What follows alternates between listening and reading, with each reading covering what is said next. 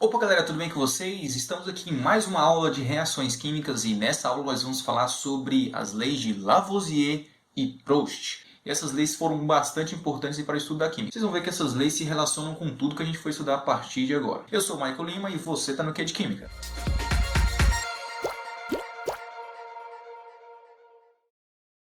Para você não esquecer, já deixa seu like aí embaixo, se inscreve no canal para você não perder nenhum vídeo, hein, para você ficar fera na química. Vamos lá para o slide. O primeiro slide que eu trago para vocês aqui mostra o Antoine Lavoisier. Foi um cara bastante importante aí que, a partir dos experimentos dele, ele propôs uma lei chamada Lei de Conservação das Massas. Mas o que é essa lei de conservação da massa, Mike? Pois é, essa lei de conservação das massas também ficou conhecida como a lei de Lavoisier. Essa frase aqui já é conhecida pela maioria de vocês, que na natureza nada se cria, nada se perde, tudo se transforma. E essa lei diz o seguinte, que a massa dos reagentes em uma reação química vai ser igual à massa dos produtos. A mesma massa que eu tinha no início, eu vou ter no final. Ou seja, a massa dos reagentes igual à massa dos produtos. Para vocês entenderem melhor essa questão aí de conservação da massa, eu trouxe dois exemplos aqui. O primeiro é o ferro reagindo com oxigênio, formando óxido de ferro. Aqui eu tinha uma ferramenta de ferro e após deixar exposta ao ar, que tem oxigênio, ocorreu aqui a oxidação, ocorreu aqui a formação de ferrugem, na superfície da ferramenta. Observe aqui que a massa de ferro mais a massa do oxigênio que reagiu vai ser igual à massa do óxido de ferro formada. O segundo exemplo aqui mostra a queima de um pedaço de papel. O papel, para que ele possa pegar fogo, assim como todos os outros combustíveis, ele precisa reagir com oxigênio. Então o papel reagindo com oxigênio, formando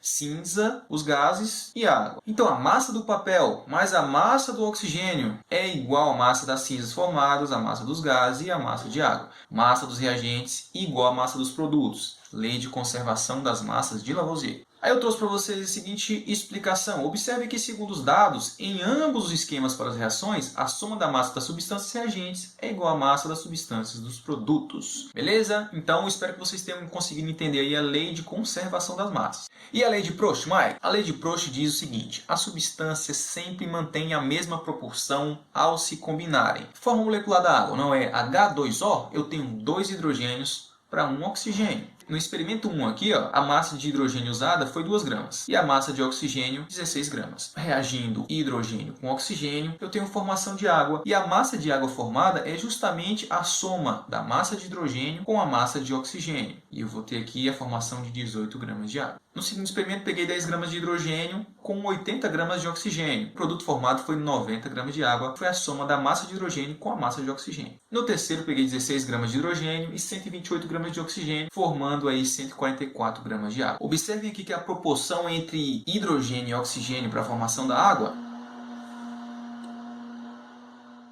Observe aqui que a proporção entre hidrogênio e oxigênio para a formação da água é sempre 1 para 8. Observe aqui que a massa de oxigênio sempre vai ser 8 vezes mais que a massa de hidrogênio. Trouxe essa tabela aqui só para vocês verem que as proporções sempre vão se manter constantes. Então vamos aqui para uma situação bem interessante. O que é que eu fiz? Peguei um cadinho, coloquei na balança, tarei a balança para a balança ficar zerada de novo, E eu medi somente a massa aqui dessa esponja de aço. Coloquei a esponja de aço e a massa que eu vi na balança foi 9,90 gramas. O que eu fiz? Peguei a esponja com o auxílio de uma pinça e coloquei fogo nessa esponja. Depois voltei a esponja para o cadinho e a massa que eu observei foi 10,07 gramas. Ué, não acabei de dizer no slide anterior que a massa dos reagentes é igual à massa dos produtos? Então por que a massa da esponja não continua a mesma? Será que essa reação não obedece à lei de Lavoisier? Galera, para ser verificada a lei de Lavoisier, essa reação deveria ter sido feita em um sistema fechado. Mas como essa reação aí não foi feita em um sistema fechado, o aumento da massa foi por causa do oxigênio que reagiu aí com a esponja de aço. Se a gente somar a massa da esponja de aço com a massa do oxigênio que reagiu, dá exatamente isso daqui, tá bom? Para a lei de Lavoisier ser verificada, o sistema tem que estar fechado. É isso aí, galera. A aula foi bem curta. Espero que vocês tenham aprendido aí sobre as leis de Lavoisier e leis de Proust. Se você gostou, deixe seu like, se inscreve no canal. A gente se vê na próxima aula. Falou e tchau!